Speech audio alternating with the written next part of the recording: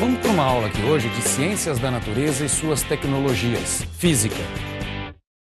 Essa primeira aula para a gente tratar de conteúdos relacionados à mecânica.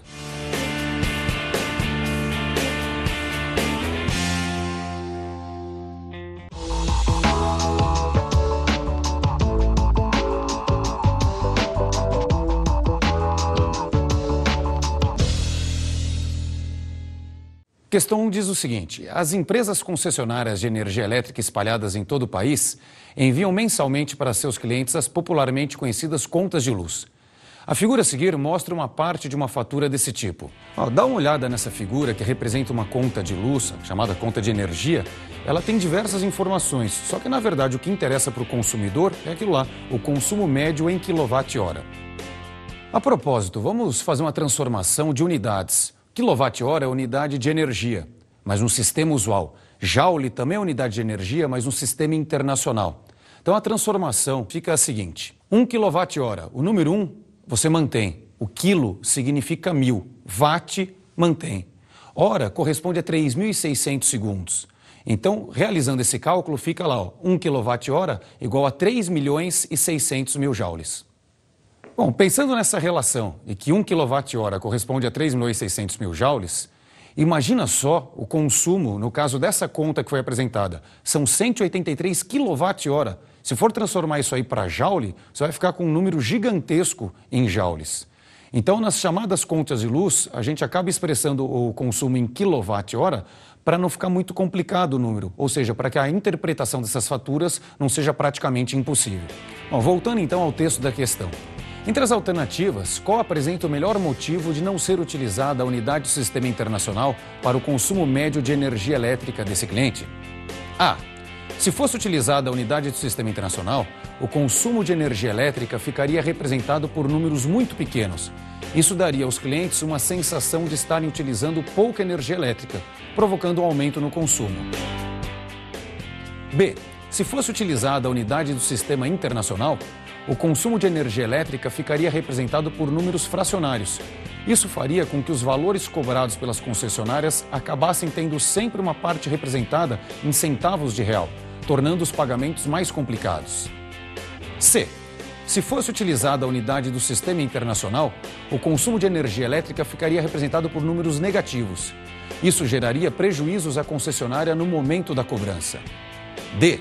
Se fosse utilizada a unidade do sistema internacional, o consumo de energia elétrica ficaria representado por números que não corresponderiam à realidade. Isso aconteceria pois a unidade de energia no sistema internacional não é válida para ser usada com energia elétrica. E, se fosse utilizada a unidade do sistema internacional, o consumo de energia elétrica ficaria representado por números bastante grandes. Isso tornaria sua interpretação complicada. Bom, como foi visto, então, 1 kWh corresponde a 3.600.000 joules. Então, se você pegar uma conta de luz e tentar expressar o consumo médio em joule, você fica com um número muito grande, o que dificulta a interpretação e não é legal para o consumidor. Então, como a gente pode ver, a alternativa correta é a alternativa E. Vamos à nossa próxima questão. Questão 2.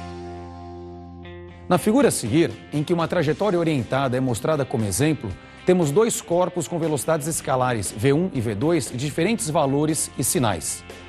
Dá uma olhada nesse desenho aí. Repare que ele tem uma orientação para a direita.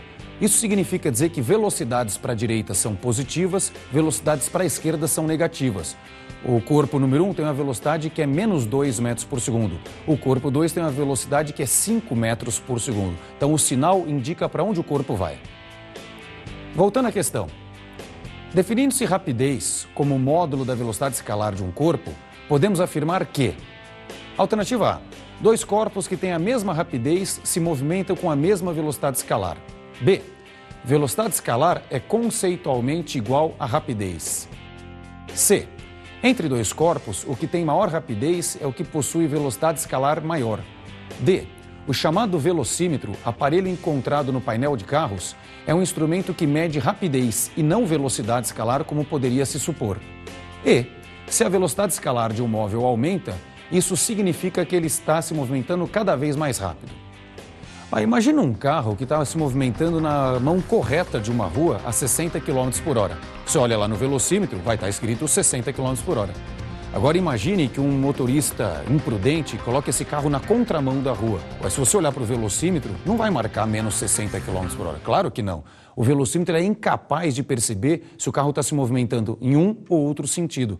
Porque o velocímetro ele marca a velocidade, mas sem o sinal dela. Isso tem nome na matemática, hein? Quando você pega um número e não coloca o sinal, você está olhando apenas o módulo. Então o velocímetro ele marca apenas o módulo da velocidade. Ele marca apenas o que a gente chama de rapidez. E é isso que foi dito na alternativa D. Dá uma olhada ali, ó.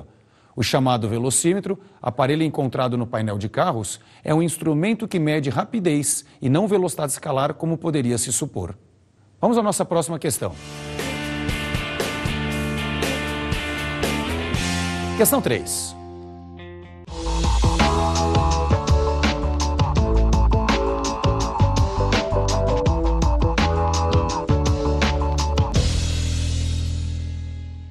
Um dos maiores desafios tecnológicos da atualidade se refere à geração e à utilização de energia elétrica em grande escala, sem provocar enormes impactos ambientais. Nesse sentido, assinale a alternativa que faz a correlação adequada entre o tipo de usina geradora de energia elétrica e suas vantagens e desvantagens. A número 1, usina hidrelétrica. A 2, a termoelétrica. E a 3, a nuclear. Agora, em seguida, vão ser apresentadas as vantagens e desvantagens dos 3 tipos de usinas que são os mais comuns no mundo inteiro. Então, nós vamos ver os itens A, B e C da questão e aí já aproveitamos para explicar e relacionar cada um ao tipo correto de usina. Então, voltando à questão. A. Pode ser instalada nas proximidades de grandes centros utilizadores de energia elétrica, mas oferece risco de contaminação ambiental com seus subprodutos, lixo, além de provocar a chamada poluição térmica das águas que utiliza. Isso provoca a redução da quantidade